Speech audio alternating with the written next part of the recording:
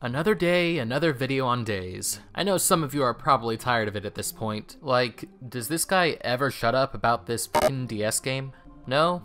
No, not really. Especially when I continue to find out new, incredibly interesting stuff about it almost 15 years later. So, as we all know by now, Kingdom Hearts is no stranger to cutting worlds last minute from its games. In Birth by Sleep, it was The Jungle Book. In Dream Drop Distance, it was sadly Treasure Planet. While those both would have been welcome additions to their respective games' world lineups, it's not like they were super essential to the story or narrative from what we know, right? However, I really can't say the same for the world that was cut from Kingdom Hearts Days. I'm of course talking about Pinocchio's world. Not just Monstro, but an entire world not unlike what we got in Dream Drop Distance. Within the game's files, character profile sprites were found for Honest John, Gideon, Geppetto, and the titular character himself. This prompted many questions from the fandom on what would have happened if the world had been included after all. So in a fan Q&A, they asked series director Tetsuya Nomura about it, and this is what he had to say.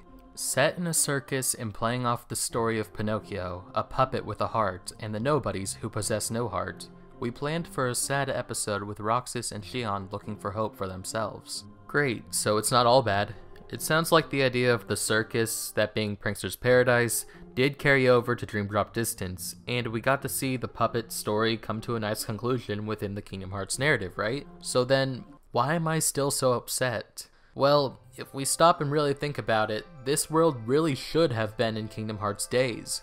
Going back to Tetsuya Nomura's statement, it's obvious he had a clear vision for the world's story progression in mind for Roxas and Xion in particular. The concept of hearts being within toys was explored in the toy box world of Kingdom Hearts 3, but just thinking about how much better it would have been implemented in Days kills me. A world where the Keyblade wielding duo can learn more about hearts would have been an incredibly good addition. On day 94, Xemnas gives his whole spiel on the progress of their pseudo-Kingdom Hearts in order to inspire the troops into keeping up the good work so that they can all have hearts of their own.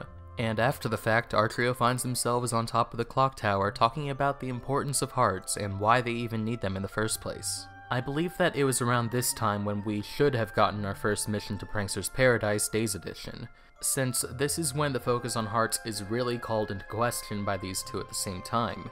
And it would have been so much more entertaining than the absolute nothing burger missions we got during this time, where Xion didn't have her Keyblade and we were just fighting Heartless and Agrabah for some reason. So for now, let's say Mission 30 was instead a recon mission to this new world. The world's name will still be Prankster's Paradise, but will also feature Geppetto's workshop somewhere within a town, so that during this mission we can see Geppetto and Pinocchio interacting from afar. Possibly even seeing him building the puppet and the Blue Fairy granting him life, since these are really the only scenes that they're both in. The implications of a puppet having a heart would eventually become a point of great interest for the organization, and Xion in particular would start to make the connection between herself being labeled as a puppet and Pinocchio, who is a literal puppet on strings. Could you imagine the angst we would get from those scenes? Like, yes, Kingdom Hearts Days, I would love to cry again. From here on out, the days the next missions take place don't entirely matter, so we'll take any day that was skipped and claim it to be the next in the world timeline, since nothing happens on those days anyway. Besides the obvious collecting hearts missions and the organization sigil ones, I think it would be neat to add a very unique final boss battle for this world.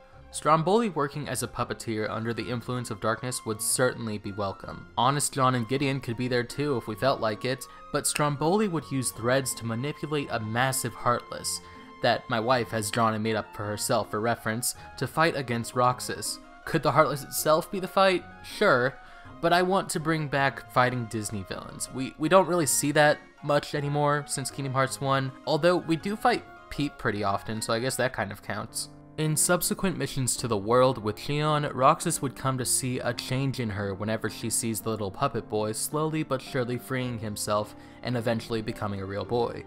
When you connect the dots, Pinocchio's journey could have been used to further emphasize Xion cutting her own strings that are being pulled by the organization, both figuratively and literally. I think these metaphorical strings remained in the finished game, since you can kind of tell during Xion's boss fight a lot of her animations almost seem like she's being puppeteered. You can't tell me that you don't see it too. Her fight animations just look super unnatural to me, and when you make that connection, it kind of makes sense. The parallels of Pinocchio's journey to become a real boy and them trying to build Kingdom Hearts so they could have hearts of their own and therefore become real themselves would also likely resonate with them on a deep level and an emotional one, despite being nobodies. I just can't believe such a perfect concept was completely lost to us due to either time constraints or budget or whatever it was, but still, it's kind of pleasant to think about. Originally, this video was going to be an entire written fan scenario with animations and a plot for around 5 missions worth of content written and produced by yours truly, but I'm a busy guy, and if I didn't get it out like this, then there was absolutely no way it would ever happen. But I hope you enjoyed it regardless. Thank you for watching and enjoying my videos on this 15-year-old DS game as we continue on this path towards Kingdom Hearts 4 and beyond. I've been your humble host Key, and I will see you all next time. Peace.